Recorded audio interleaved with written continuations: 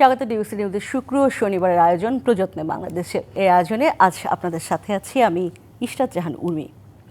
1923 সালে প্রতিষ্ঠিত ঢাকা বিশ্ববিদ্যালয় কেন্দ্রীয় ছাত্র সংসদকে ডাকসু তার ঐতিহাসিক ভূমিকার কারণে বাংলাদেশের দ্বিতীয় সংসদ হিসেবে অভিহিত করা হয়। ভাষা আন্দোলন, ৬ দফা দাবি, 1969 সালের গণ অভ্যুত্থান কিংবা 90-এর এরশাদ বিরোধী আন্দোলন, প্রতিটি ঐতিহাসিক সংগ্রামে ডাকসু গুরুত্বপূর্ণ নেতৃত্ব দিয়েছে এবং ছাত্র আন্দোলনের মাধ্যমে জাতীয় রাজনীতিকে প্রভাবিত করেছে। দীর্ঘ 6 বছর পর আবারও ঢাকা বিশ্ববিদ্যালয়ে ডাকসু নির্বাচন হওয়ার সম্ভাবনা দেখা দিয়েছে। কি বলছেন এ নিয়ে রাজনীতি করা ছাত্ররা বা শিক্ষার্থীরা? এ নিয়েই আমাদের আজকের আয়োজন। ছাত্র সংসদ কেমন হবে দ্বিতীয় সংসদ নির্বাচন, এ বিষয়ে আজ স্টুডিওতে আমাদের সাথে কথা বলতে আছেন বাংলাদেশ জাতীয়তাবাদী ছাত্র দলের সাধারণ সম্পাদক নাসির উদ্দিন নাসির এবং আছেন বৈষম্য বিরোধী ছাত্র আন্দোলনের সভাপতি রিফাত রশিদ। স্বাগত আপনাদের দুজনকেই এই অনুষ্ঠানে। একটা ভালো খবর, একটা নির্বাচন অন্তত আমরা দেখব বলে আশা করছি, যেহেতু একদমই 9 তারিখে, সেপ্টেম্বরের 9 তারিখে ডাকসু, তারপরে রাকসু আছে, চাকসু আছে বোধহয় 15ই সেপ্টেম্বর যদি আমি ভুল না করি, রাজশাহী ইউনিভার্সিটি। আমার প্রশ্ন হচ্ছে যে শুরুতেই যদি আমি একটু যেটি বলছিলাম, এই যে ঐতিহাসিক একটা দিক রয়েছে এবং 19 সালের নির্বাচনটা অন্তত আমরা মনেই করতে পারি তখন কি কি ঘটলো, ছাত্রলীগের সাথে এক ধরনের কিভাবে ভিপি হলেন নূর, সেসব আমাদের মনে আছে একদম চাক্ষুষ। তার আগে হয়তো আমার মনে হয় আমারও জন্মের আগে এবং আপনাদেরও জন্মের আগে এখান থেকে অনেক নেতা বেরিয়েছেন এবং সব দলেরই, আমি যদি বলি বিএনপি, আওয়ামী লীগের, অন্যান্য দলেরও বড় বড় নেতা এখান থেকে জাতীয় পর্যায়ে যারা পরবর্তীতে ভূমিকা রেখেছেন, নামগুলো আমি এখন এই মুহূর্তে নাই বললাম। আপনারা কীরকম সম্ভাবনা দেখছেন? শুরুতে যদি নাসির আপনি একটু বলেন যে এই নির্বাচন, এবং দীর্ঘদিন আপনারা ক্যাম্পাসে থাকতে পারেন নাই, ফলে আপনাদের জন্য এক ধরনের চ্যালেঞ্জ তো বটেই। যে আপনাকে ধন্যবাদ, আমার সহযোদ্ধা আলোচক ওনাকে ধন্যবাদ জানাচ্ছি। এটি একটি গুরুত্বপূর্ণ মাইল ফলক। আমরা স্পষ্টত যেটি দেখলাম সেটি হচ্ছে গণ অভ্যুত্থানের প্রায় 1 বছর অতিবাহিত হচ্ছে এখন। এরই মধ্যে ঢাকা বিশ্ববিদ্যালয় হচ্ছে নানান সমালোচনা রয়েছে, বিশেষ করে বিচার প্রক্রিয়ার বিষয়ে আমাদের অনেক ছাত্র সংগঠনের এখানে কথাবার্তা রয়েছে, বিশেষ করে খনি সংগঠন ছাত্রলীগের বিচার প্রক্রিয়া বিশ্ববিদ্যালয় সামগ্রিকভাবে এটি শেষ করতে পারেনি, বা শুরু যে করেছে সেটাও যে খুব ভালোভাবে হয়েছে তা না। বিশেষ করে আপনি জানেন যে আগস্টের 3 এবং 4 তারিখ পর্যন্ত আওয়ামী লীগের যে সকল দোসর শিক্ষক যারা পেশিবাদের পক্ষে অবস্থান নিয়েছিল তাদের একজনকে ঢাকা বিশ্ববিদ্যালয় এখনো বিচারের আওতায় আনতে পারেনি, যেটি বিশ্ববিদ্যালয় এখতিয়ার বহির্ভূত বিচার। এবং যারা আগস্টের প্রায় 4 তারিখও খুনি হাসিনার পক্ষে যে সকল কর্মকর্তা কর্মচারীরা স্লোগান দিয়েছেন, পেশিবাদকে আরও দীর্ঘায়িত করতে চেয়েছেন, তাদেরও বিচার প্রক্রিয়া শুরু করতে পারেনি। এমন আমরা দেখেছি গত 1 বছরে বিশ্ববিদ্যালয় বাংলাদেশের ক্রিয়াশীল ছাত্র সংগঠনের সাথে প্রায় অনেকগুলো মত বিনিময় করেছে, কিন্তু বাংলাদেশ জাতীয়তাবাদী ছাত্র দলের পক্ষ থেকে আমরা 40টিরও বেশি আমরা সুপারিশ দিয়েছি। তার মোটা দাগে 3 থেকে 4টি সুপারিশ তারা রেখেছে, তাও সেটি অন্য ছাত্র সংগঠনের সাথে যেগুলো কমনলি খুব অ্যাটাচড হয়েছে। এবং আমাদের পক্ষ থেকে আমরা 377টি আমরা হচ্ছে সংস্কারের বিষয়ে আমাদের লিখিত রূপরেখা দিয়েছি। সুতরাং সেই জায়গা থেকে মাত্র 1 থেকে 1.5% সেগুলোকে পদক্ষেপকে তারা কার্যকর করেছে। এবং আমরা আরেকটি বিষয় গুরুত্বপূর্ণ সেটি হচ্ছে নির্বাচিত যে ছাত্র সংসদ রয়েছে, সে নির্বাচিত ছাত্র সংসদকে যারা পরিচালনা করবেন, ধরুন যে ছাত্র সংসদ যেটি মূল ছাত্র সংসদ সেটাকে পরিচালনা করবেন বা সভাপতি যিনি হবেন তিনি ঢাকা বিশ্ববিদ্যালয় মাননীয় উপাচার্য। আমরা অন্তত বলেছিলাম যে অন্তত গণ অভ্যুত্থান যে এরকম একটি শক্তিশালী মাইল ফলক হয়েছে, দেশের ন্যাশনাল পলিসিতে ব্যাপক সংস্কার হচ্ছে, অন্তত সেই সভাপতির পদটিও যেন এবার নির্বাচিত করা হয়। এবং আপনি জানেন বিশ্বের উন্নত দেশগুলোতে কিন্তু এই পদটি সরাসরি ভোটের মাধ্যমে নির্বাচিত হয়, সভাপতির পদটি, কিন্তু সেটিও আমরা দেখেছি যে পুরানো ধাঁচেই হচ্ছে। তারপর আমরা মনে করি, বুঝিয়ে বলবেন সরাসরি ভোটের মাধ্যমে মানে হচ্ছে ধরুন ইউরোপ আমেরিকাতে আপনি ছাত্র সংসদে যিনি সভাপতি হয়ে থাকেন, আমাদের এখানে তো বিপি মানে ভাইস প্রেসিডেন্ট নির্বাচিত হন ছাত্রদের থেকে, অর্থাৎ যিনি সভাপতি হয়ে থাকেন তিনি বিশ্ববিদ্যালয় মাননীয় উপাচার্য। একই সাথে ধরুন হল সংসদের, ধরুন রোকেয়া হলের যিনি প্রভোস্ট থাকবেন তিনি হল সংসদের সভাপতির দায়িত্ব পালন করবেন, আর যিনি নির্বাচিত বিপি হবেন ভাইস প্রেসিডেন্ট তিনি নির্বাচিত হবেন শিক্ষার্থীদের মধ্যে থেকে। সুতরাং আমরা বলেছিলাম এই গণ অভ্যুত্থান যদি একটি শক্তিশালী মাইলফলক হয়েছে, অন্তত এটার এক ধরনের সংস্কার দরকার রয়েছে, কিন্তু সেটিও আসলে সংস্কার হয়নি। তারপরও আমাদের ধরুন আমাদের বিচার প্রক্রিয়া হয়নি, শিক্ষকদের বিচার হয়নি, সংস্কারের বিষয়ে ছাত্র সংগঠনগুলোকে একটু কম গুরুত্ব আরোপ করা হয়েছে। তারপর আমরা মনে করি যে ডাকসু যেটি হচ্ছে সেটি অত্যন্ত ইতিবাচক। যে গণঅভ্যুত্থানে এক ধরনের আকাঙ্ক্ষা ছিল শিক্ষার্থীদের মধ্যে যে অন্তত ছাত্র সংসদগুলোকে কার্যকর করে দেওয়া, সেটি আমার মনে একটি ধারাবাহিকতা হয়তো শুরু হয়েছে। কিন্তু আরেকটি একটু নোট দিতে হবে, সেটি হচ্ছে আমরা ঢাকা বিশ্ববিদ্যালয় মাননীয় উপাচার্য বরাবর ছাত্রদলের পক্ষ থেকে বলা হয়েছে অন্তত ডাকসুকে একটা নির্দিষ্ট ক্যালেন্ডার ইয়ারের মধ্যে নিয়ে আসতে হবে। অর্থাৎ আপনি জানেন যে ঢাকা বিশ্ববিদ্যালয় শিক্ষকদের নির্বাচন প্রতি বছর কিন্তু একটা নির্দিষ্ট সময় হয়, কর্মচারীদের নির্বাচনও কিন্তু একটা নির্দিষ্ট সময় হয়, এটি হয় না। আমরা বলছি অন্তত শুধু এইবারের ডাকসু নয়, বরং প্রতিবার যেন ডাকসু একটি নির্দিষ্ট ক্যালেন্ডারের মধ্যে হয়ে থাকে, সেই ব্যবস্থা বিশ্ববিদ্যালয় করা উচিত ছিল, কিন্তু সেটিও আমরা পরিলক্ষিত দেখিনি। সুতরাং এত প্রতিবন্ধকতার পরও, এত নেগেটিভিটির মধ্যেও আমরা মনে করছি যে এবার অন্তত ডাকসু যেটি হচ্ছে সেটি অত্যন্ত ইতিবাচক একটি ঘটনা।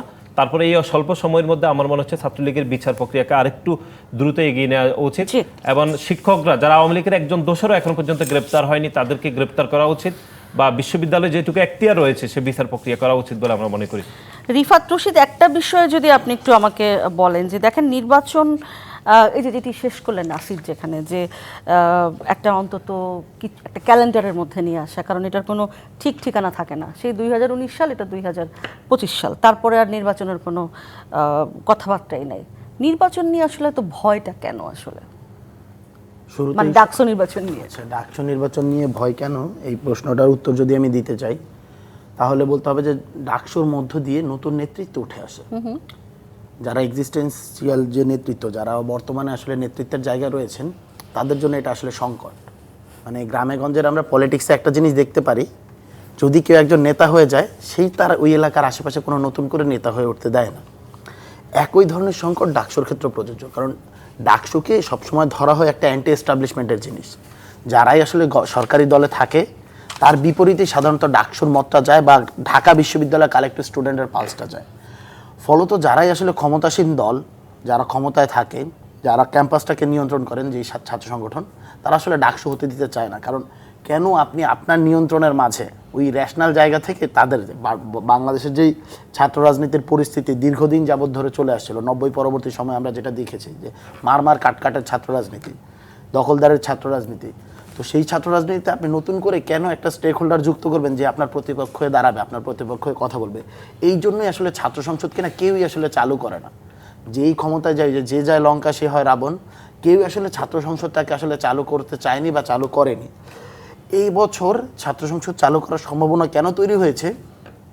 জুলাই গণ অভ্যুত্থান পরবর্তী সময়ে কোনো ছাত্র সংগঠনই আসলে কেউই আসলে স্টাবলিশমেন্টের মধ্যেও যেমন পড়ে না, কেউ আবার অ্যান্টি স্টাবলিশমেন্টের মধ্যেও পড়ে না। এই গভর্নমেন্টে যেহেতু সকলের স্টেক রয়েছে, সো এইখানের ভিতরে ওই জায়গা থেকে এখন ক্যাম্পাস কার দখলে রয়েছে, ক্যাম্পাস যেহেতু এই মুহূর্তে কারো দখলে নেই, এবং ক্যাম্পাসে অনেক বেশি মাত্রায় বাক স্বাধীনতার চর্চা গত 1 বছর ধরে হয়ে আসছে। ফলত যেটা হয়েছে আর কি, ডাকসু করার জন্য বা ডাকসুর দিয়ে এটাকে একটা স্ট্রাকচারে আনার জন্য একটা প্রচেষ্টা প্রত্যেকটা ছাত্র সংগঠনের মাঝে এটা আসলে চলে এসেছে। আমরা বলবো যে ডাকসুকে আসলে যেটা আপনি বললেন যে ক্যালেন্ডার ইয়ারে নিয়ে আসা, এইটাকে না খুব কড়াকড়িভাবে দিতে হবে এবং কড়াকড়িভাবে আরোপ করতে হবে। যেই সংগঠনই আসুক, যেই রাজনৈতিক দলই ক্ষমতায় আসুক, যেই ছাত্র সংগঠনই আসলে ক্ষমতার কেন্দ্রবিন্দুতে থাকুক, একটা জিনিস নিশ্চিত করতে হবে, প্রশাসনের হাতে ওই সময় ক্ষমতাগুলো আসলে মানে ডাকসু করার বা ডাকসু নির্বাচন দেওয়ার যে ক্ষমতা সেটা রাখতে হবে।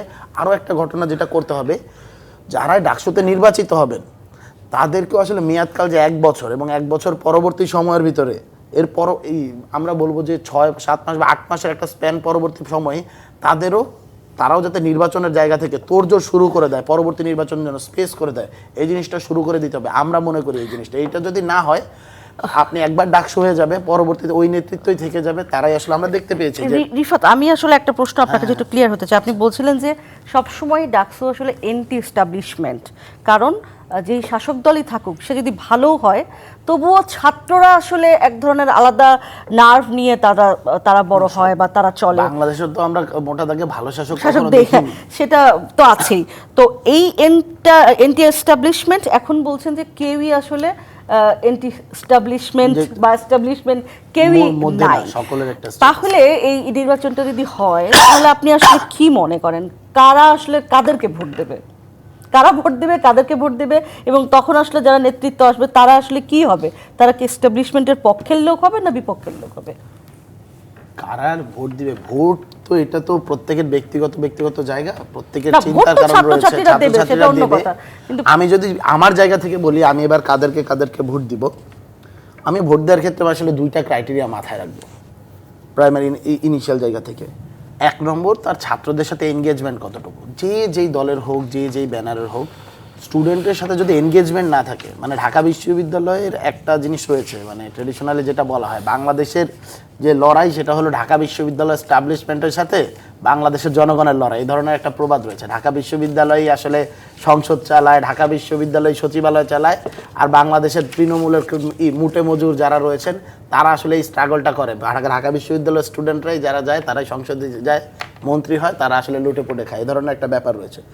সো নাকুচু স্বভাবের যারা রয়েছে, যারা আসলে এখান থেকে নেতা হতে আসছে, যারা এখান থেকে আসলে লিডার হতে আসছে, এটাকে ক্যাশ করে সে বড় কিছু করতে যাচ্ছে, ওই ধরনের মানসিকতার থেকে যে স্টুডেন্টের সাথে মিশে যেতে চায়, আমরা তাদেরকে ভোট দেবো। এবং শিক্ষার্থীদের পাস আসলে এটা, তারা বারবার করে একটা কথা বলতেছে, আমরা নতুন করে কাউকে নেতা তৈরি করতে চাই না। জুলাই গণ অভ্যুত্থানের মধ্যে দিয়ে অনেক নেতা উঠে এসেছে, আমরা এমন কাউকে চাই যে আমাদের অভিভাবক হবে, যে আমাদের প্রতিনিধিত্বটা করবে। আমরা শিক্ষার্থীদের পালস থেকে এই জিনিসটা বুঝতে পারতেছি। এবং সেকেন্ড আরেকটা জায়গা, এইটা একদমই শিক্ষার্থীদের মাঝে আমরা দেখতে পেয়েছি, সেটা হলো গিয়ে ফ্যাসিবাদের সময়, স্বৈরাচারী শেখ হাসিনার সময় যারা কোনোভাবে ফ্যাসিবাদের সাথে সম্পর্কিত ছিল না, নির্যাতিত হয়েছে, নিগৃহীত হয়েছে এবং লড়াইটা করেছে, স্বৈরাচারী শেখ হাসিনারকে পতনের ক্ষেত্রে গুরুত্বপূর্ণ ভূমিকা রেখেছে, এই স্টুডেন্টদের প্রতি শিক্ষার্থীদের একটা আকর্ষণ রয়েছে এবং তাদের প্রতি শিক্ষার্থীদের একটা ঝোঁক রয়েছে। এবং আপনি যদি আমাদের কোট আনকোট করে যেটাদেরকে হট ক্যান্ডিডেট বলা হয় আর কি আমাদের ক্যাম্পাসের ল্যাঙ্গুয়েজে, এই স্টুডেন্টদেরকে আপনি দেখতে পারবেন মোটামুটি সবাই তো তাই, ছাত্রলীগ তো বিতাড়িত। এখন আমি যদি নাসির আপনার কাছে জিজ্ঞাসা করি যে তাহলে হট ক্যান্ডিডেট তো সবাই, আমি যদি বলি সবাই তো আপনারা আন্দোলনে ছিলেন, এবং সেখানে ছাত্র শিবির ছিল, বৈষম্য বিরোধী যারা আছেন তারা ছিল, বাম দলের একটা বড় ভূমিকা ছিল। বাম দলকে আমরা খুব একটা আলোচনায় পাই না সোশ্যাল মিডিয়া ছাড়া, তাদের একটা বড় ভূমিকা ছিল। হট ক্যান্ডিডেট আসলে কি? এটা তো ধরুন তাত্ত্বিকভাবে ওভাবে বা এমসিকিউ আকারে আসলে কোশ্চেন বলা যাবে না এখনো। ডাকসু নিয়ে যে আলাপ আলোচনা হচ্ছে এটি খুব ইতিবাচক, যে ধরুন এই যে তফসিল ঘোষণার পরে ব্যাপক আলাপ আলোচনা হচ্ছে, বিশেষ করে সামাজিক যোগাযোগ মাধ্যমে দেখলাম কারা কোন দল থেকে হতে পারে বা আদৌ কোনো জোট হবে কিনা, এগুলো নিয়ে আলাপ আলোচনাকে আমি খুবই ইতিবাচকভাবে দেখছি। আর রিফাত যেটি বলছে আমি কিছুটা প্রায় একমত, সেটি হচ্ছে ধরুন যারা গত 16-17 বছর ধরে ধারাবাহিকভাবে যে ছাত্র সংগঠনগুলো প্রকাশ্যে গণতান্ত্রিক রাজনীতি করেছে, আপনি জানেন সেই সংগঠনের অনেক নেতাকর্মী ব্যাপকভাবে নির্যাতিত হয়েছে এবং জুলাই আগস্টে তৎতাজা উদাহরণ রয়েছে যারা খুনি হাসিনার বিপক্ষে শক্তিশালী আন্দোলন করেছে, যারা শিক্ষার্থীরা যে হামলার শিকার হয়েছে তাদেরকে প্রতিরোধ করতে তারা হচ্ছে অভিভাবকের ভূমিকা পালন করেছে শিক্ষার্থীদের ক্ষেত্রে থেকে, এবং শিক্ষার্থীদের অধিকার আদায়ের জন্য যারা ভবিষ্যতে কাজ করার যাদের সক্ষমতা রয়েছে, শিক্ষার্থীরা যেটি মনে করবে তারা নিশ্চয় খুব ভালো করবে বলে আমি মনে করি। এবং একই সাথে ঢাকা বিশ্ববিদ্যালয় শিক্ষার্থীদের প্রতি আমার পূর্ণ আস্থা বিশ্বাস রয়েছে যে তারা নেতৃত্ব নির্বাচনে নিশ্চয় একদম মোটের উপর ভুলই করবে না। সুতরাং আমি মনে করি যে এই গত কয়েক বছরের রাজনীতির দিকে যদি আমি তাকিয়ে দেখি, ধরুন 2-4 বছরের, তাহলে আপনি দেখতে পাবেন একটি হচ্ছে ধরুন 2024 সালে যে একটি আমির নির্বাচন হয়েছিল সেখানে, বা তার পূর্বে যে 2টি নির্বাচন হয়েছিল বাংলাদেশে, সেখানে কিন্তু বাংলাদেশের কোনো তরুণরা কিন্তু ভোটাধিকার প্রয়োগ করতে পারেনি। সুতরাং এই যে ছাত্র সংসদ নির্বাচনের মাধ্যমে এই অন্তত তরুণদের মধ্যে একটা প্রবণতা তৈরি হবে যে তারা একটা বোর্ডকে উৎসব হিসেবে নিতে পারবে, এবং ঢাকা বিশ্ববিদ্যালয়ের ছাত্র সংসদ নির্বাচন আমি মনে করি এটির একটি প্রাথমিক প্রক্রিয়া শুরু হবে।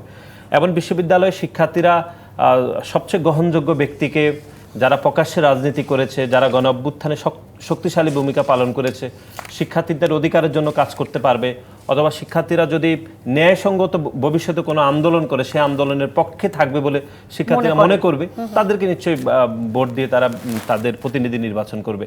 এবং আমি খুবই আস্থাশীল এবং বিশ্বাসী যে ঢাকা বিশ্ববিদ্যালয়ে সাধারণ শিক্ষার্থীরা সবচেয়ে যোগ্য ব্যক্তিকেই তারা ঢাকা বিশ্ববিদ্যালয়ের বিভিন্ন পদে নির্বাচন করবেন। জি, আমি ফিরবো আবারও একটা বিরতির পরে। আমার প্রশ্নটা আসলে খুব পরিষ্কার যে সবাই আসলে এখন আমার মনে হয় যে হট প্রার্থী, কারণ সবাই আপনারা একসাথে কাজ করেছেন, সেখানে আসলে চ্যালেঞ্জটাও সবারই বেশি হবে। সেই প্রশ্ন নিয়ে ফিরবো। প্রযুক্তি বাংলাদেশ অনুষ্ঠানে একটা বিরতি নিচ্ছি, ফিরছি একটু পর। থাকুন ডিবিসি নিউজের সঙ্গে।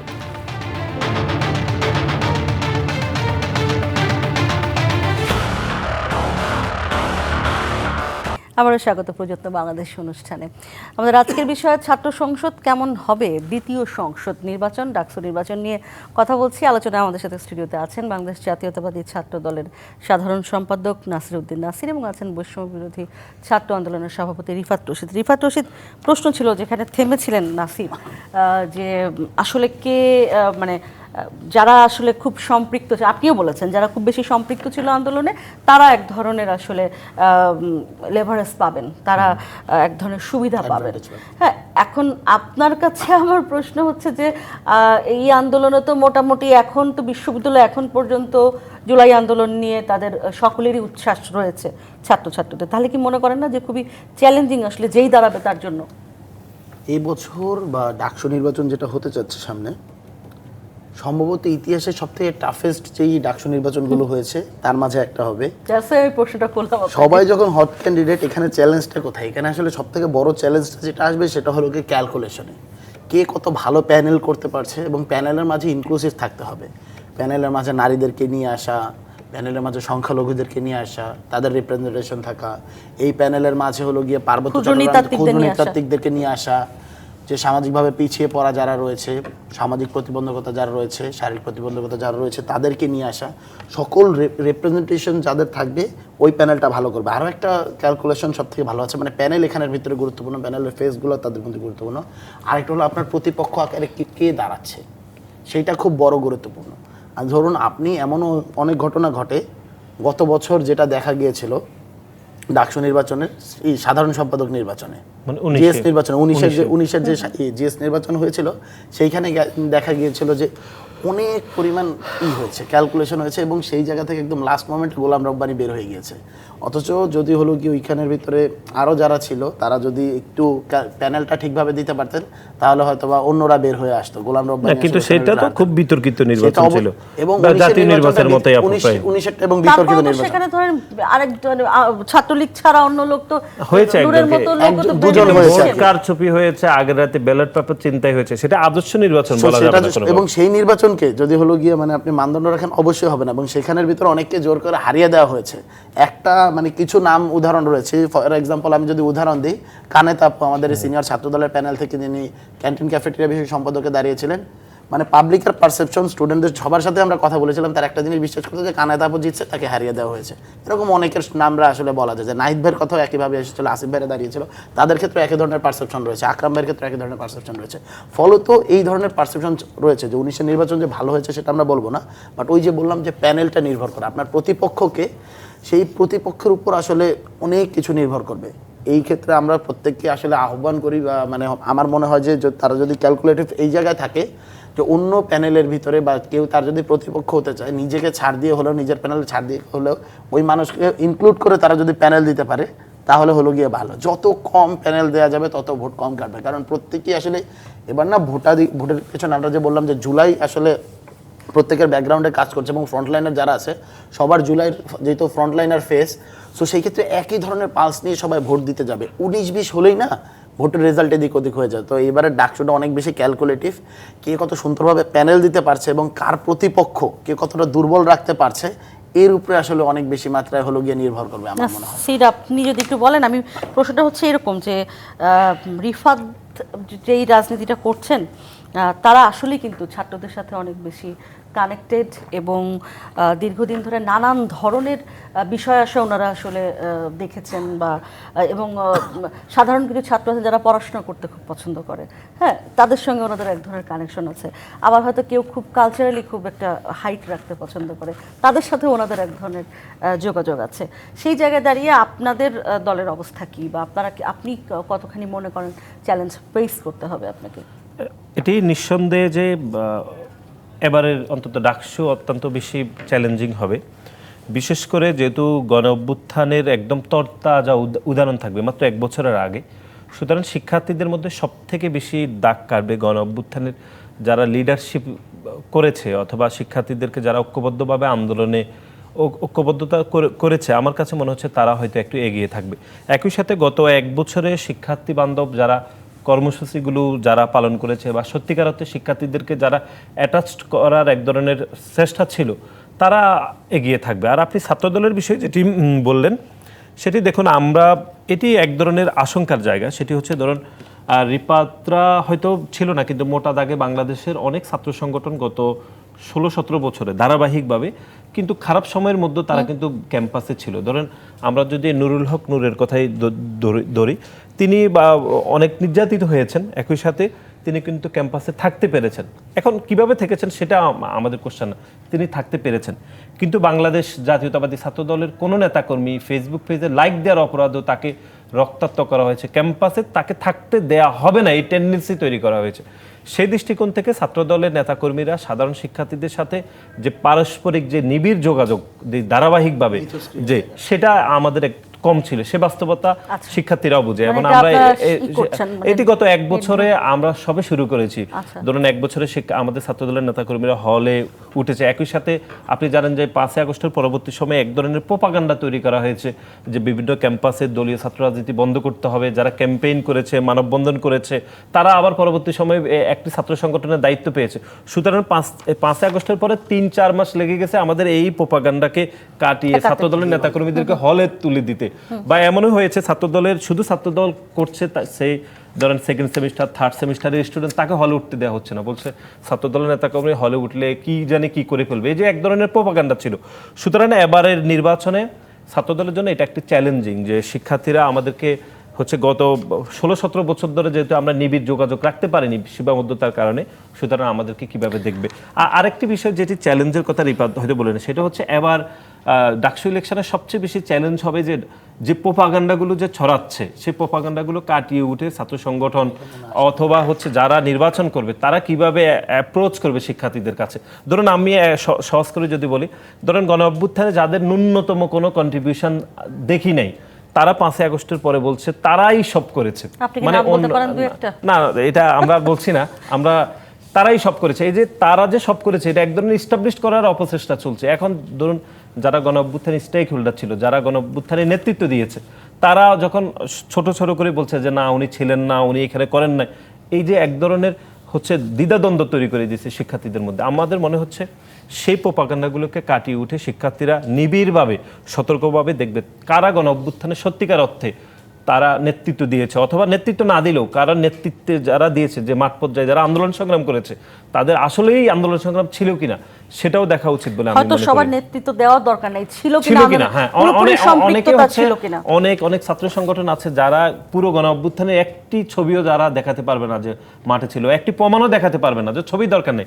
অর্থাৎ রিফাত রশিদ ছিল, আমি ছিলাম, রিফাত রশিদ বলুক যে নাসির ভাই ছিল, এরকম প্রমাণও অনেকে দেখাতে পারবো না। কিন্তু এই 5 তারিখের পরে তারাই বলছে যে তারা সবকিছু করেছে, তারা সকল প্রোগ্রাম করেছে, তারা সকল প্রোগ্রামের লোক নিয়ে আসছে, সব তারা করেছে। এই প্রোপাগান্ডাগুলোকে কাটিয়ে সত্যিকার অর্থে একটি গণতান্ত্রিক ধারায় আসলে ফিরবে বলে আমি মনে করি। এই ধরনের কথা যখন বলা হয় তখন কিন্তু আসলেই ষড়যন্ত্র তত্ত্ব ইত্যাদি ইত্যাদি এগুলো প্রমাণিত বলে মনে হতে পারে সাধারণ মানুষের কাছেও। এই বিষয়টাকে আসলে নাসির খুবই ভালো একটা জায়গা তুলেছেন, যে যারা আসলে ছিলেন না হয়তো ওইভাবে, কিন্তু তারাই বলছেন তারাই সব করছেন। এই বিষয়টিকে আপনি কি মনে করেন না যে বাংলাদেশের সাধারণ ছাত্রছাত্রীরা এখন স্মার্ট এনাফ এই বিষয়গুলোকে আসলে মোকাবেলা করতে?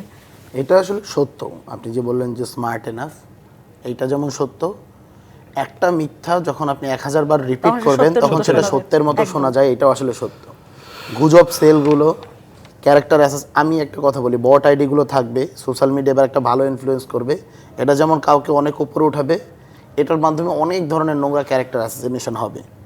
এআই বা এই ধরনের এডিটিং, এই ধরনের প্রযুক্তিগুলো এবারের ডাকসু বা জাতীয় নির্বাচনে একটা বড় একটা ফ্যাক্ট। এবং নাসির ভাই আরও একটা কথা বললেন যে যাদেরকে দেখা যায়নি তারা আসলে এই আন্দোলনের ভিতরে, এবং সব কিছু আমরাই করছি, এই ধরনের একটা প্রবণতা অনেকের মাঝে দেখা গিয়েছে। যাদের দেখা গিয়েছে বা দেখা যায়নি, অনেকের মাঝেই এই যে আমরাই সব করেছি বাকিরা দুধ ভাত, এরকম একটা প্রবণতা দেখা গিয়েছে। ফলত বাজারের ভিতরে যেই শব্দটা জুলাইয়ের পরে আমরা যেটা শুনেছি, যেটা আসলে একাধিকবার বিভিন্ন মানুষ ডিবাঙ্কও করেছে, সেইটা আসলে দেখা গেছে, সেটা হলো যেমন বিভিন্ন ধরনের মাস্টার মাইন্ড তত্ত্ব, জুলাইয়ের ইমাম তত্ত্ব, ম্যান অফ দ্য ইয়ার তত্ত্ব, এ ধরনের বিভিন্ন তত্ত্ব আপনার হাজির হয়েছে।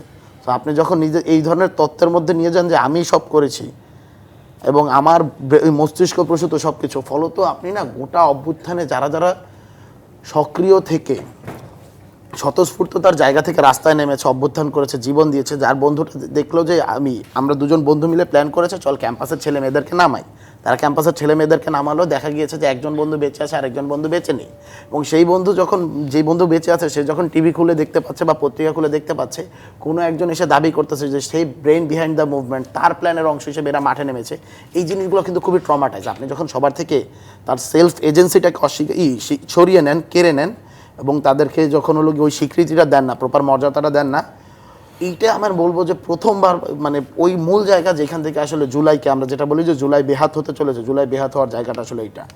গভর্নমেন্ট যাদেরকে নিয়ে নির্বাচিত করা হয়েছে ইন্টারিম গভর্নমেন্টে, আমরা বলবো যে ইন্টারিম গভর্নমেন্টে তো সবগুলো রাজনৈতিক দলের প্রতিনিধিত্ব নেওয়া হয়েছে, ইনক্লুসিভ করার অনেক বেশি চেষ্টা করা হয়েছে। জুলাইতে তাদের এই অবদান ছিল কি ছিল না তার থেকে, এবং এর ফলে যেটা তৈরি হয়েছে জুলাই নিয়ে তাদের যে আচরণ সেগুলো না অনেক বেশি মেকি দেখা যায়। জুলাই যে সকলে ছিল না উপদেষ্টারা তা না, তবে অনেকেরই, অধিকাংশেরই বলবো যে তাদের আচরণ দেখলে খুবই মেকি, মায়া কান্না টাইপের একটা জিনিস বোঝা যায়।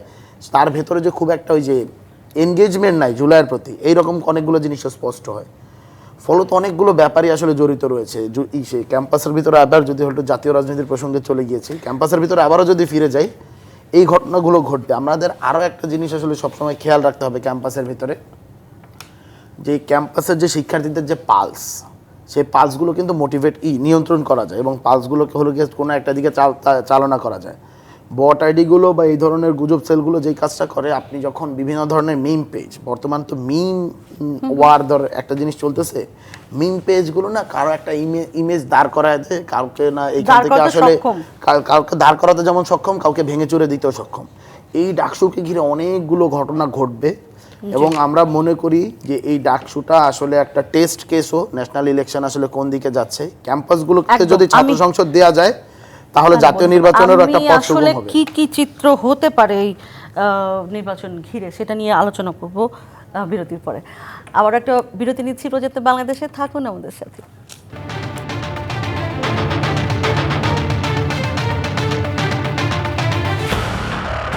আবারও স্বাগত প্রযুক্ত বাংলাদেশ অনুষ্ঠানে। আজ কথা বলছি ডাকসু নির্বাচন নিয়ে। ছাত্র সংসদ কেমন হবে, দ্বিতীয় সংসদ নির্বাচন, এই বিষয়ে আলোচনায় আমাদের সাথে আজ স্টুডিওতে আছেন নাসির উদ্দিন নাসির এবং আছেন রিফাত রশিদ। যেটি নাসির উদ্দিন নাসির, একদম আমরা শেষ পর্যায়ে যেহেতু আছি, শেষ অংশে অনুষ্ঠানের, কি কি হতে পারে যদি আপনি সম্ভাব্য চিত্র বলেন, যে এই নির্বাচন ঘিরে আরেক ধরনের আশঙ্কা থাকে কিনা, যে যদি ঠিকঠাক এই নির্বাচনটা আবার না হয়, এবং আমরা দেখেছি ঢাকা ইউনিভার্সিটি তো সব কিছুর আসলে সূতিকাগার বলেন বা যা বলেন, সেইটা আসলে ঠিকঠাক না হলে আবার এটা একটা জাতীয় সংকটের দিকে যায় কিনা, সেই প্রশ্নটা যদি উত্তরটা যদি দেন।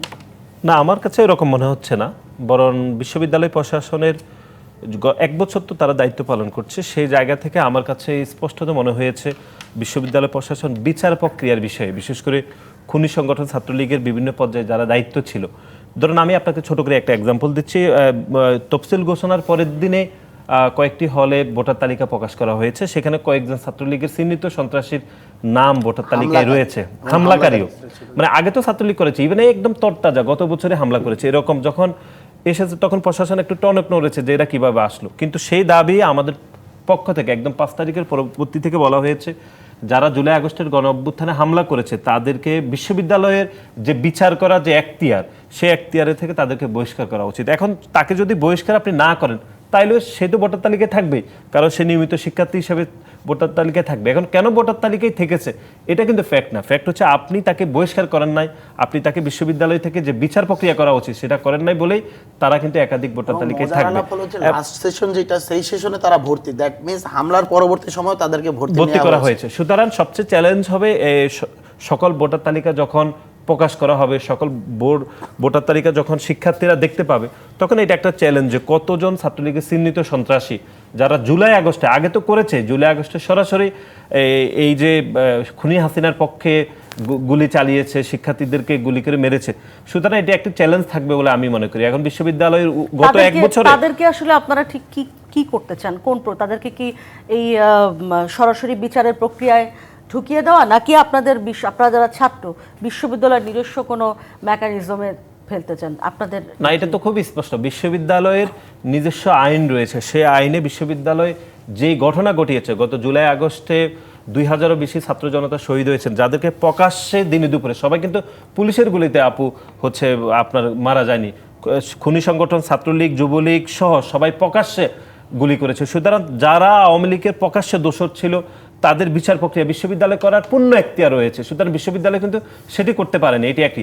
আর দ্বিতীয় হচ্ছে, আপনি দেখেছেন যে আজ পর্যন্ত বিশ্ববিদ্যালয়ের যতজন আওয়ামী লীগের দোষর শিক্ষক ছিলেন, যারা 4 আগস্ট পর্যন্ত খুনি হাসিনার পক্ষে বিবৃতি দিয়েছেন, এমনকি কয়েকদিন আগেও বিবৃতি দিয়েছেন, তাদের একজনকেও বিচার প্রক্রিয়া আনা যায়নি। আমি একটু রিফাত, সুতরাং আমার কাছে মনে হচ্ছে এগুলি সবচেয়ে বেশি চ্যালেঞ্জ থাকবে বলে আমার মনে হয়। রিফাত, আপনার কাছে একদম শেষ প্রশ্ন, যে আপনার কি মনে হয় যে মানে একদম এই নির্বাচন যদি কোনো রকমে পছন্দ মতো না হয়, ছাত্রছাত্রীদের পছন্দ মতো না হয়, এবং সেটা আসলে কোনো সংকট তৈরি করতে পারে কিনা, জাতীয় সংকট? এখানে কোয়েশ্চেন দুইটা, একটা যদি নির্বাচন ঠিকঠাক না হয়, আরেকটা হলো যদি নির্বাচনই না হয়। এর আগেও আমরা অতীতে বহুবার দেখেছি তফসিল হয়েছে, জাহাঙ্গীরনগর বিশ্ববিদ্যালয় একটা উদাহরণ, তফসিল দেওয়া হয়েছে, নির্বাচন হয়নি। সো নির্বাচন দেয়া না দেয়া আসলে অনেকগুলো ক্যালকুলেশনের উপর নির্ভর করে। তবে ঢাকা বিশ্ববিদ্যালয়ে বর্তমানে যে শিক্ষার্থীদের পালস এবং প্রশাসনের পালসও বোঝা যাচ্ছে, এবং সকল ছাত্র সংগঠনগুলো এই জায়গার ভিতরে একরকমের ঐক্যমত্যে পৌঁছেছে যে নির্বাচন হওয়া উচিত, ডাকসু হওয়া উচিত। ফলত আমাদের মনে হয় নির্বাচনটা হবে, এবং এর ফলে আমরা দেখতে পারবো যে নতুন কিছু নেতৃত্ব। কিছু চ্যালেঞ্জ তো আছে, এবং যদি নির্বাচন ঠিকঠাকভাবে না হয়, তবে বাংলাদেশের জন্য এবং ঢাকা বিশ্ববিদ্যালয়, যে বললাম যে ঢাকা বিশ্ববিদ্যালয়, বাংলাদেশ যেটা ভাবে ঢাকা বিশ্ববিদ্যালয় তার 15 দিন আগে সেটা ঘটে এবং 15 দিন আগে ভাবে। তো ফলত ঢাকা বিশ্ববিদ্যালয়ের যদি নির্বাচনটা সুষ্ঠু না হয়, এবং সেটা যদি হলো গিয়ে বিতর্কের ঊর্ধ্বে না থাকতে পারে, আমাদের ন্যাশনাল যে একটা বলবো যে নির্বাচনী যে ক্রাইসিস, সেইখানের ভিতরে কীভাবে ঘটবে সেটা নিয়ে একটা বড় প্রশ্ন আসবে।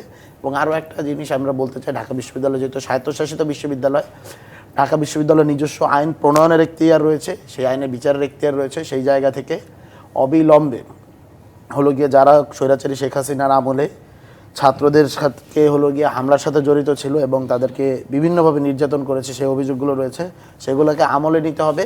প্রাথমিক জায়গা থেকে তাদেরকে ভোটার তালিকা থেকে বাদ দিতে হবে, এবং দ্বিতীয়ত বহিষ্কার প্রক্রিয়ার মাধ্যমে যে আইন, সেই আইনটা বাস্তবায়ন অনেক করতে হবে। ধন্যবাদ রিফাত এবং ধন্যবাদ নাসির, দুজনকেই। আমরা আশা করি ধারাবাহিকভাবে অন্তত সেপ্টেম্বরের 9 তারিখের আগ পর্যন্ত ডাকসু ইলেকশন নিয়ে আলোচনা করতে পারবো। ধন্যবাদ দুজনকেই। শেষ করছি প্রযত্নে বাংলাদেশের আজকের আয়োজন। ডিবিসির সঙ্গেই থাকুন, 24 ঘন্টা।